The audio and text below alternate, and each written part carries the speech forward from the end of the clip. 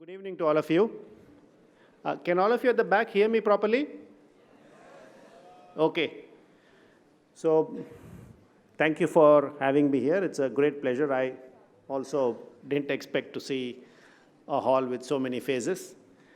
I'm going to take a little over 20 minutes and quickly share my experiences as an entrepreneur for over 15 years.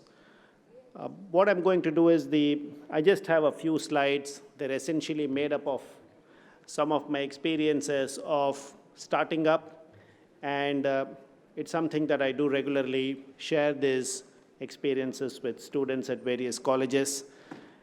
Especially most institutions in India, there's a whole bunch of students who certainly want to start up. So before I start, I want to ask, how many of you in this audience are planning to do your own startup at some time? Okay, that's not too many. I thought there'd be much more here. Okay, so anyway, it's probably a little bit too early for you to decide, but some of these experiences that I have, you may find them useful whenever you decide to do your own startup. So the first and most important point that many people focus on is the idea.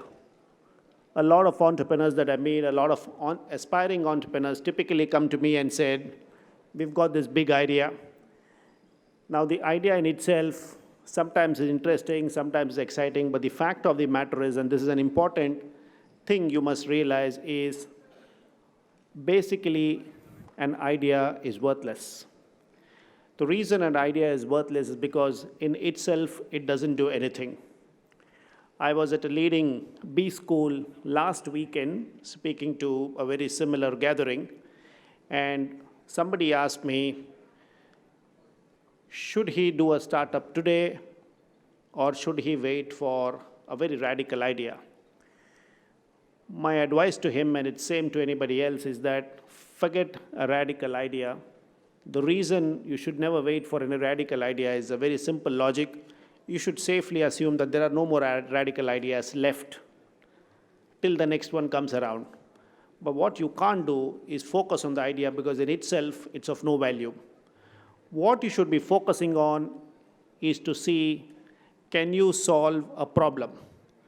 A problem that you can solve for a reasonably large number of paying customers. People forget this, that in idea, they think they have a great idea. They join together with a few people, some of them start building apps, but most of these things don't go forward because they're really not solving a problem for a reasonably large number. When I say large number, you don't have to necessarily be a B2C business which you have to focus for millions of people. Even if it is an idea, even if it's a problem that you're solving for a set of B2B customers and these customers are willing to pay, it's still all right. The issue is you must solve a problem for a reasonably large number of paying customers. The idea is not important. The problem is the most important thing.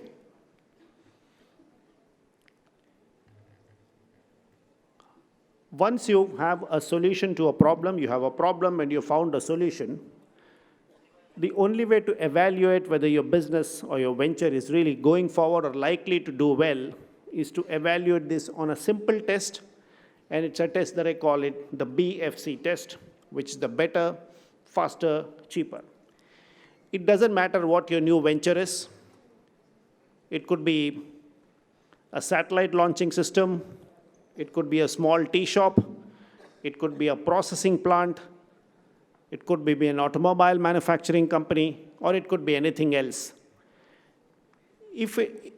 Most businesses essentially are about process improvements of existing people who have already done it.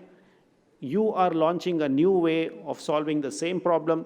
The way to evaluate this is to find out if your solution compared to another solution in the market is better or faster or cheaper. But the key word here is neither better nor faster nor cheaper. The key word is it and or is it or?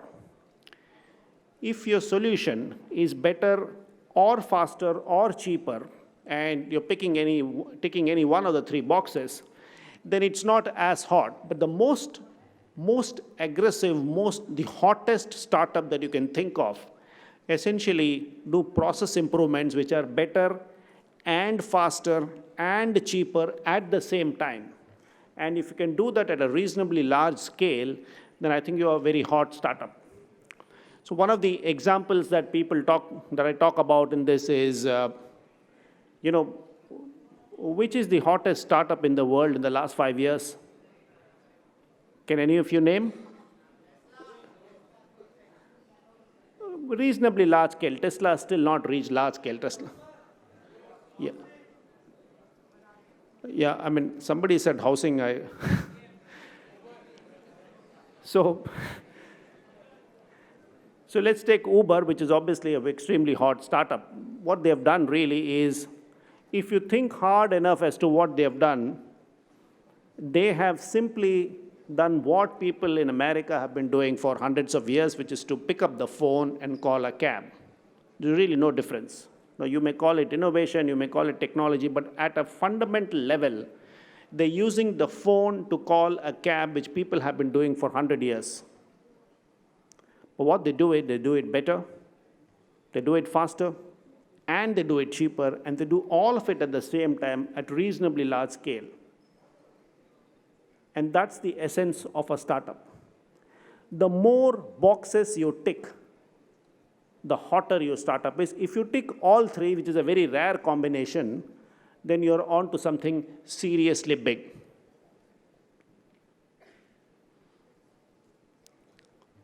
After you finish this, I think the next important step is, and a question that people frequently ask is, how many co-founders should I have in my startup? Really, there's no hard number. It's not that you need 1 or 2 or 3. It really doesn't matter. I've seen cases of single co-founder startups, single founder startups doing extremely well. You could have several of them. They're really not related. But it is useful to have 2 or 3, simply because you should safely assume that if you're doing your own startup, in a year of 365 days, a simple thumb rule is 360 days will suck, and maybe 5 days will be good days.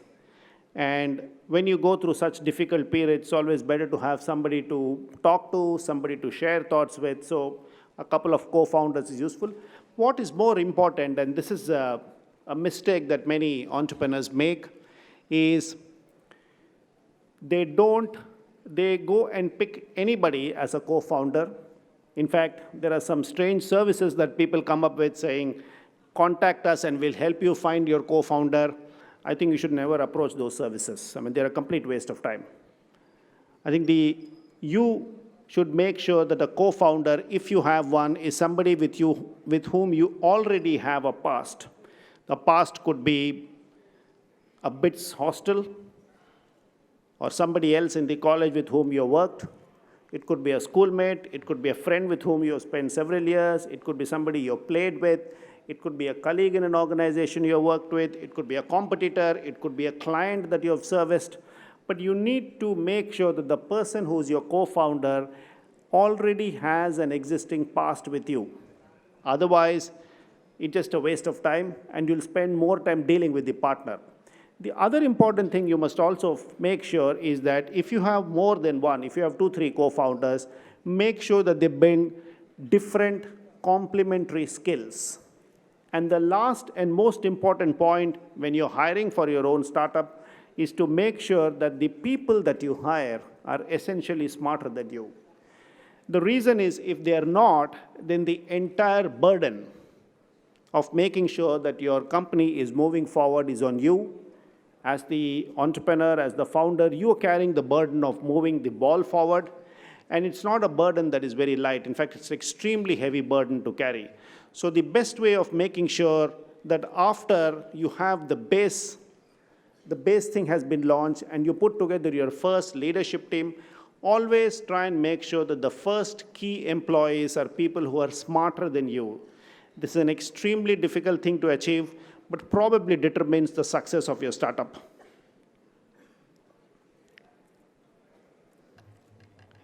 Many entrepreneurs waste a lot of money that they have raised for investors on stuff that is what I call wasteful expenditure. A very simple thumb rule: till your startup is sustainable, profitable, making money, and able to stand on its legs, a simple thumb rule is, please spend all the money on things that the customer sees or experiences. So if you're running an offline retail store, you should make sure that your store is great. If you're running a restaurant or a lounge, make sure that it's very attractive, that people who come in. If you're running an e-commerce business or any other online business, your apps or your websites must be attractive. But don't ever spend money on stuff that the customer does not see. Many entrepreneurs that I meet, after a couple of rounds, spend reasonably large sums on their personal things. They go buy the latest Merc or the Audi. They're just not called for. And I think you're being a very unfair entrepreneur if you raise money for a startup, but it is not being spent on the company, but is spent on personal gratification. Never, ever do that. Every single rupee that you spend on your startup must be on things that customer sees or experiences till the company is profitable and able to afford all the other things that you wish to spend on. But before that, it's a complete no-no.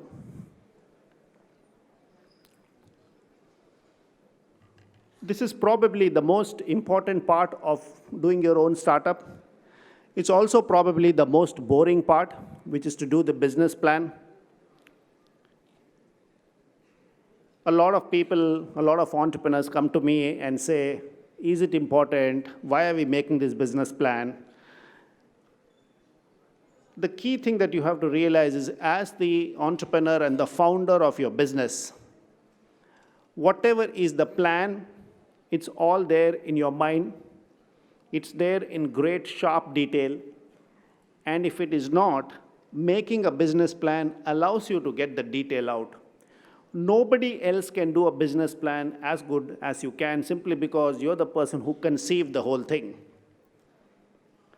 The other mistake many entrepreneurs make is they believe that a business plan is essentially written for investors. That the purpose of a business plan is to go and take it to an investor who will go through the plan and write a check and invest funds into the company. That's a big, big mistake. The reason it is called a business plan is because it is meant for the business.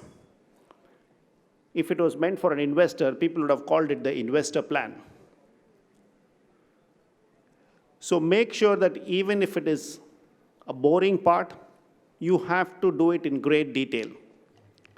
Every single number, every single calculation must be there and laid out in very sharp detail. After you finish that, I have a very simple thumb rule to test your business plan. I call it the 2 by 2 by 2 rule. And the rule is very simple. The biggest piece of fiction that if people have asked me saying, which is the biggest piece of fiction that you have ever read, normally I tell them, look, the biggest piece of fiction is a startup's business plan. The reason is because both the entrepreneur and everybody else knows that what's going to happen is very different than what is there in the business plan. So to make sure that the whole thing is de-risked and the plan is reasonably robust, you should apply this plan. And the arithmetic formula for this is, after you make your plan, divide all your sales by 2, divide all your gross margins by 2, and multiply all your costs by 2. The resultant business plan will really give you an idea of how robust your plan is. Many people slip up in this step. They ignore this, and 2-3 years later, they suddenly realize that their entire venture is not sustainable at all, because earlier they were able to raise money without going through a whole lot of discussions, and suddenly you realize that you actually, you have a tiger by the tail, because you can't spend money and you can't raise money, and the business is really not going anywhere.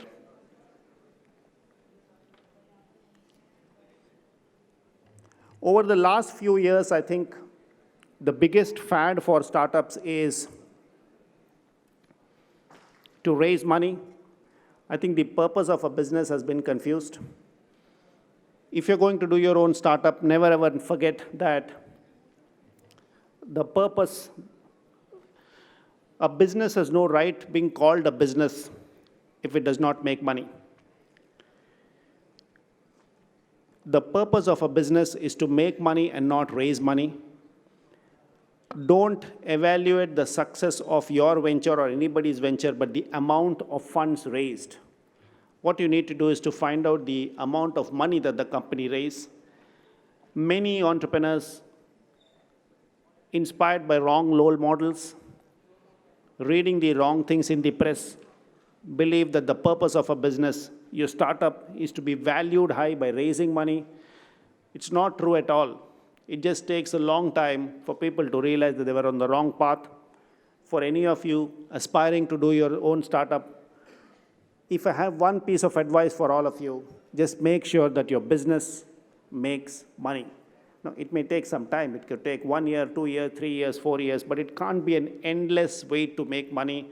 And if you haven't figured out how to make your venture sustainable after 4 or 5 years of raising some money, it's unlikely that you're going to happen in future. In fact, you're reasonably certain that a business that doesn't make money in say, a maximum of 7 years, very, very unlikely that it'll make money.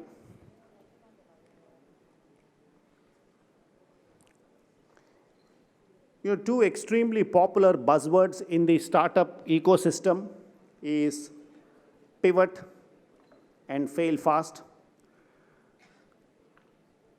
A lot of entrepreneurs are misled by these terms. They attend startup events here and there and come back inspired by this and say, I'm going to start something, and if it doesn't work, then I'm going to fail fast or I'm going to pivot. I would urge all of you to do all your serious thinking of starting up before you start. Whatever you want to do, all the questions you have, you must do it before, not later. But once you start, don't plan to pivot, don't plan to fail fast. I think you must put your mind, body, heart, and soul. Every day you go and work for your startup, you must put your blood, sweat, and tears into it. It's the only way startups are built. There are no overnight successes, and nothing that comes that you launch something and it'll work out, and if it doesn't work out in 6 months, you can always move on to something else. And if you do that, then you're not really an entrepreneur. Any entrepreneur who fails fast or pivots very quickly, I think are really not worth being called an entrepreneur. They're just doing it because it's fashionable. True entrepreneurs really put in their best for long periods of time and persevere and make sure that till the last minute, till it becomes almost impossible to carry on, they try and do the best for the startup.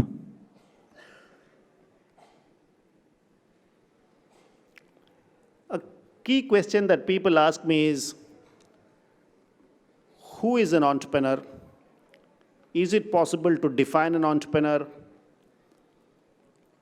Can we look at somebody, can we talk to somebody and say, is this person ready to be an entrepreneur? Can he or she, are they in a position equipped or prepared to do their own startup?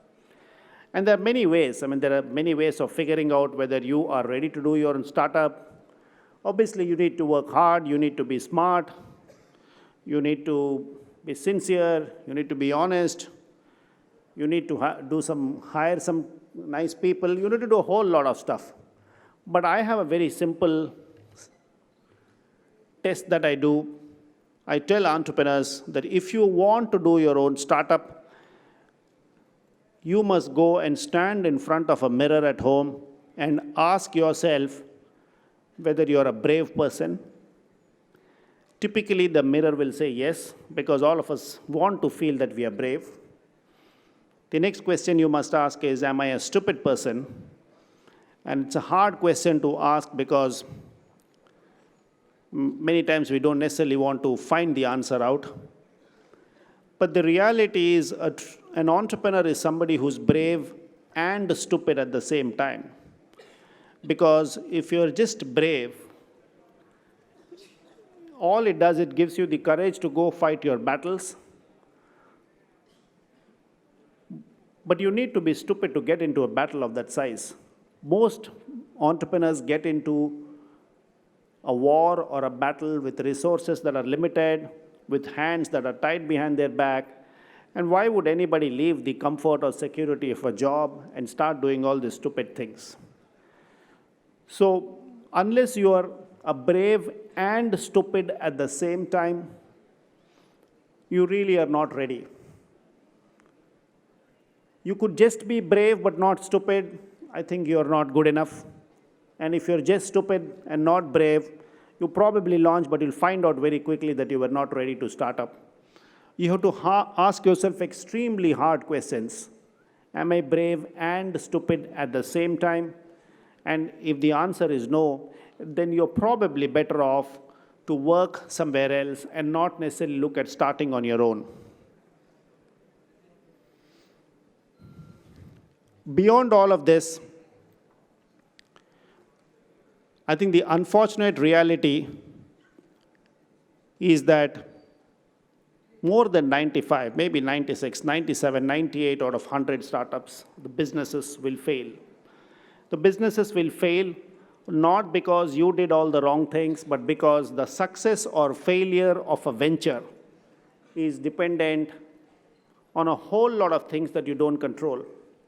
The outcome of a business is determined by factors within your control and factors outside your control. And beyond all of this, there's also the matter of luck. And none of us can find out if you're lucky unless we start. One of the reasons many businesses fail is because even they got everything right, they were simply not fortunate enough to succeed. But there's not much that you can do. I mean, that's the nature of the beast. It's probably the most important thing that determines the outcome of your business, and it is unfortunately not in your control, and you can never figure out whether you're lucky enough till you start. I don't have any advice to it. I don't have any advice saying you can go online on this site and buy some luck. Unfortunately, you can't. So you just have to start on your own and figure out whether you're lucky enough. Which is why, even though 95% of the ventures, startups fail, I think 100% of entrepreneurs succeed. And this is something that I truly believe in, that while 99% of ventures may fail,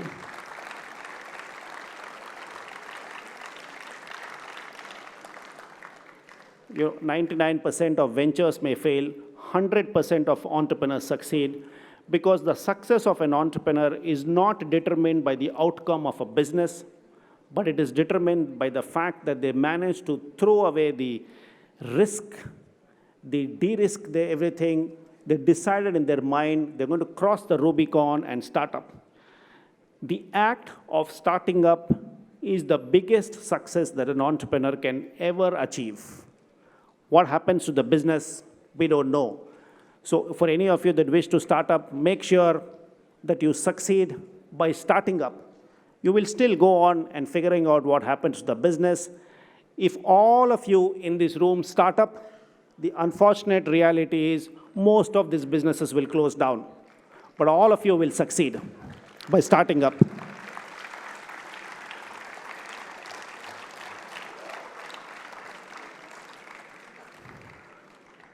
Thank you so much for listening to me patiently.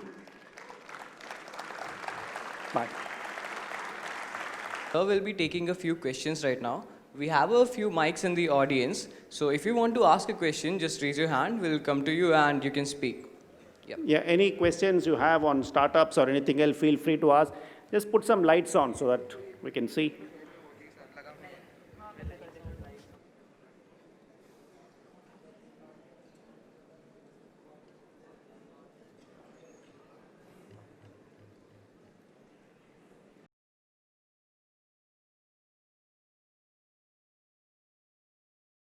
Yeah, any question anybody wishes to ask? Anything starting up, fundraising, valuation? investors, whatever.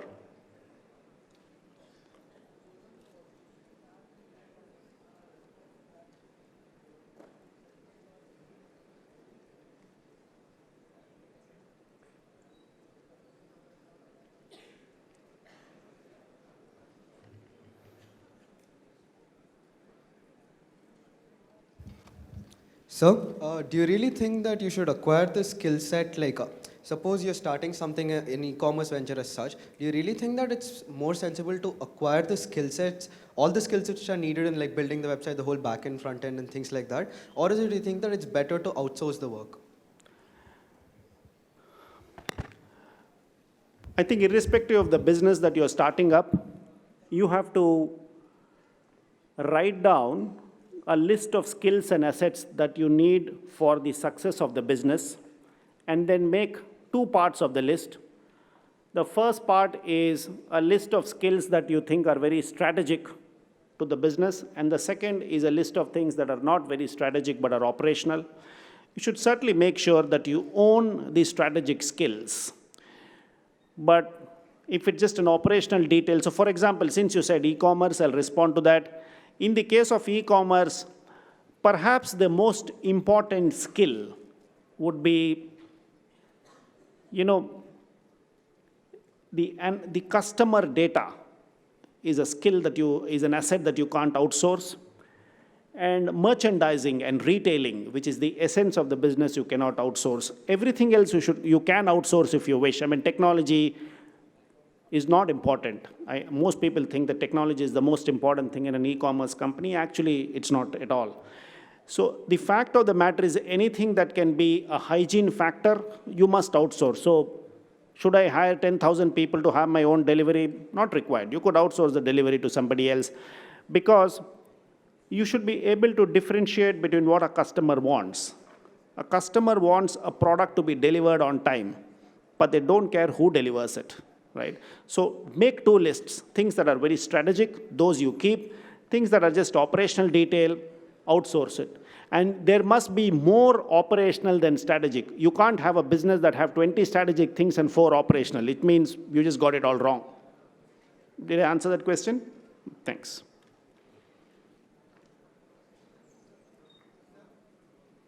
Yeah.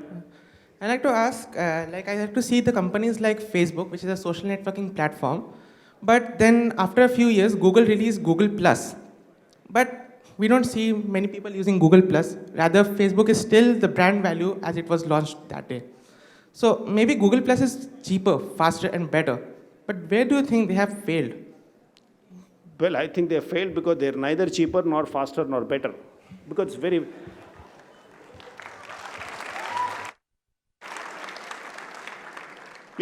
it's almost impossible for a company to launch a product that is better, faster, and cheaper than competitor and fail. To the best of my knowledge, it's not happened. There's no question in my mind that even though Google, I think, hoped Google Plus will succeed because they had the Google backing, right? But consumers, which is people like all of us in this room, are unfortunately much smarter. So we realized that Facebook offers far more features and networking abilities than Google Plus did. It's a game that they lost, but I have no doubt in my mind that Facebook is a superior product. Personally, I don't use both, but I'm saying the fact of the matter is Facebook is a distinctly superior product, and now they've become a de facto standard. It's almost impossible. It's like Google in search, right? It's like Google in search. It's almost impossible to break those de facto standards after a while. Any more? Yes, please. Good evening, sir. Good evening. Sir, e-commerce sites like Flipkarts and Amazons are running in huge losses in India. So where are they wrong in strategizing in Indian market? Are they doing anything wrong? Absolutely, they're being stupid. I think you used the wrong word. Where are they strategizing wrong? There's no strategy. A company must be able to buy a product at 80 rupees and sell it at 100 rupees. But if you're buying a product at 100 rupees and selling at 18 rupees, there is absolutely no strategy. right? I mean, it's just a matter of losing money till one fine day the money runs out.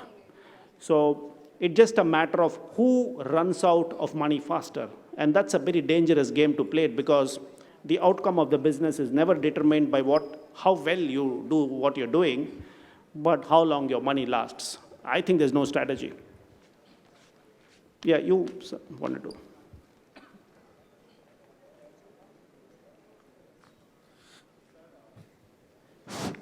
In the course of your lecture, we learned that if we have any idea regarding startup, we should ditch that idea and start looking for what problem is there.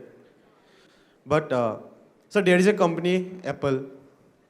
When Steve Jobs was asked that what problem did he see in the world that he went forward to make Apple, he said that I'm not looking for what people needs, I create the need.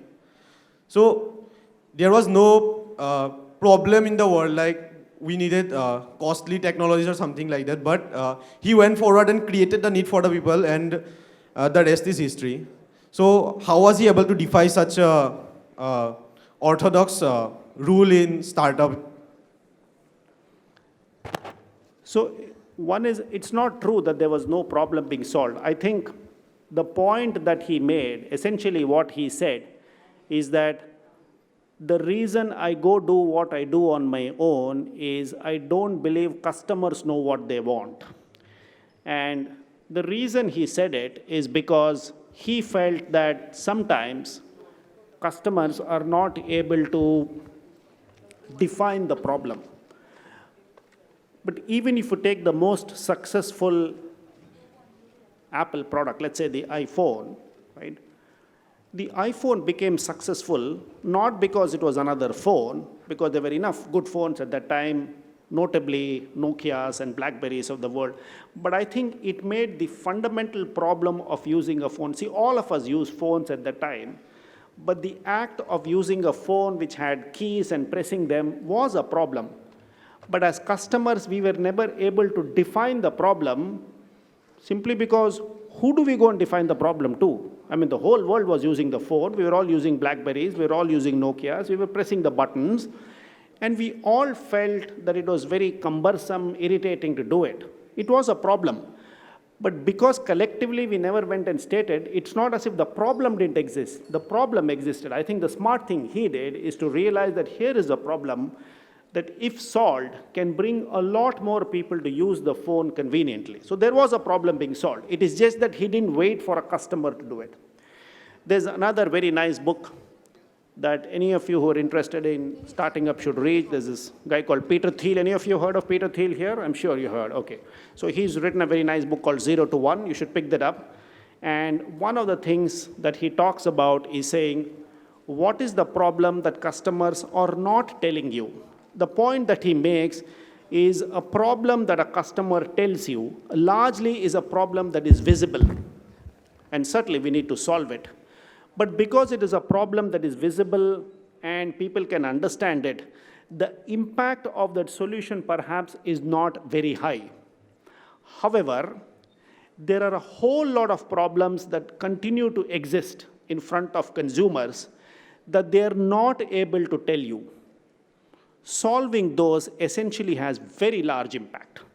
So his point is, if you can solve a problem for a customer that they have stated, then I think you'll certainly get value.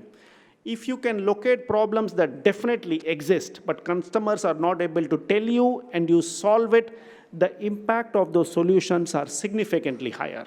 In other words, those are businesses that move from 0 to 1. Right? So even in the case of Apple, there is no doubt a problem was always being solved. Otherwise, it just didn't go anywhere. It wouldn't go anywhere. Any more? Yes, that's it. Thank you.